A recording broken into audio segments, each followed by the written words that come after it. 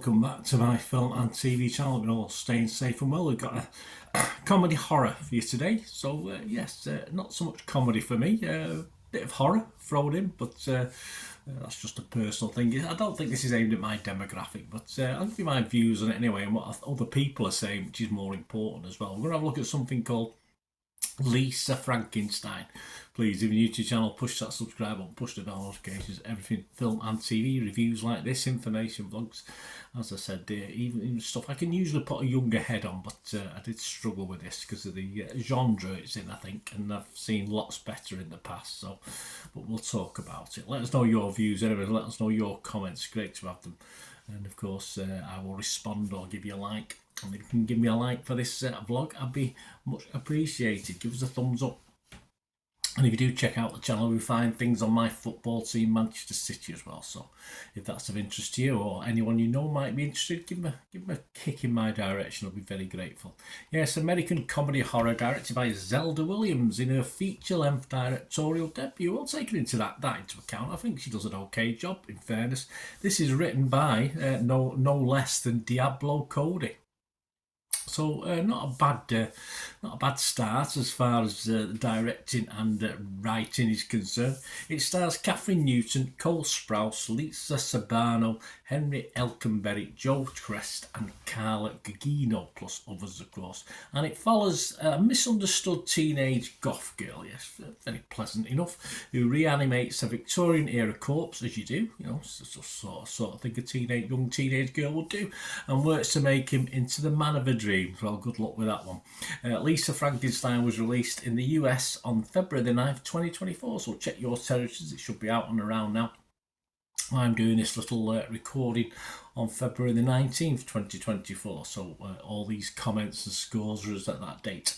Right, Rotten Tomatoes, not overly enthused with this, 51% positivity only, out of 143 reviews, an average of 5.7 out of 10, so a little bit below that 6 out of 10 I like to see for films.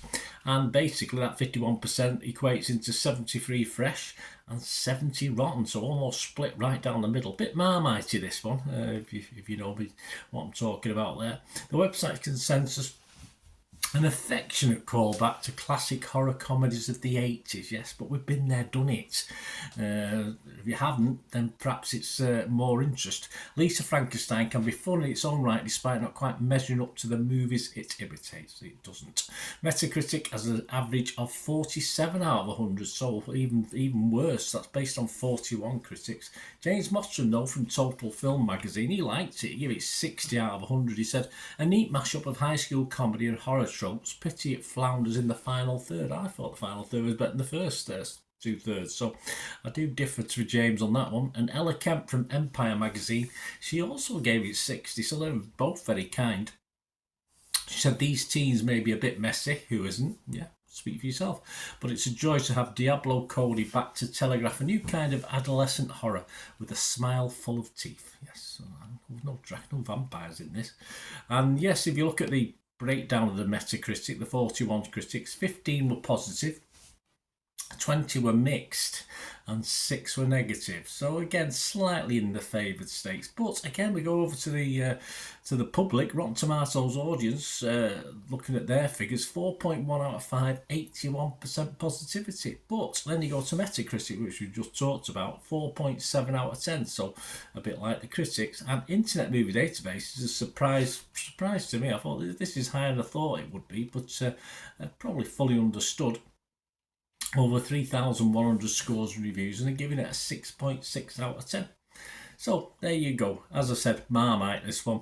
I think this has its demographic to whom it will have some appeal. There's no doubt about that. To those that have been around the block, like me, this doesn't offer that greater entertainment, does not really capture the feel of the movies it's trying to either emulate or at least copy or keep up with. It's lovely shot. I mean, it's nicely shot. It's got a competent, pretty cast. That's what I'd call it, pretty young cast. And one or two scenes did make me smile and appealed. And as I said before, I thought the last third was a little bit better after a sluggish start, but not everyone agrees with that.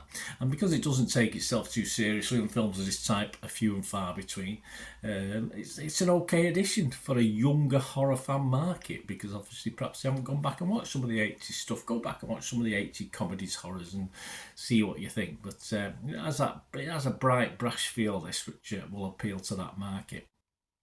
As I said, I don't think there's an in-between with this one. I think you either like it or you don't. As simple as that. But I'm going to be in between. I always want to be awkward, because, as I say, I do look at some things in a more philosophical way, and I don't always necessarily think, oh yeah, because I hated it, it won't be liked. So I think this will be liked.